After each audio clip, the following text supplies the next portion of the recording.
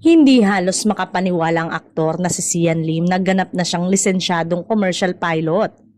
Sa kanyang Instagram, nagpost ng mahabang mensahe at pasasalamat si Sian at ipinabatid na nakuha na niya ang kanyang commercial pilot license. Lubos din ang pasasalamat ni Sian sa mga taong naging bahagi ng kanyang paglalakbay bilang trainee at estudyante sa isang kilalang flying school, ang Top Flight Academy. Aniya, malaki ang naging papel ng paaralan sa kanyang tagumpay dahil sa suporta, dedikasyon at patuloy na paggabay ng mga guro at tagapagsanay dito. Samantala, matapos kumalat online ang kanyang accomplishment, agad itong umani ng iba't ibang reaksyon mula sa mga netizen. May mga natuwa at nagpaabot ng pagbati, habang ang ilan naman ay hindi napigilang magtanong tungkol sa magiging direksyon ni Sian sa showbiz career. Isa sa mga komento ng netizen ay, "So, goodbye showbiz na ba siya?"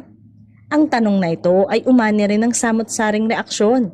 May mga umaasang babalik pa rin siya sa pag-arte habang ang ilan ay nagsasabing suportado nila ang bagong landas na pinili niya. Lalo pat napakahalaga na magkaroon ng alternatibong karera sa labas ng mundo ng showbiz. Samantala, hindi pa nagbibigay ng formal na pahayag si Sian tungkol sa kanyang long-term plan sa showbiz.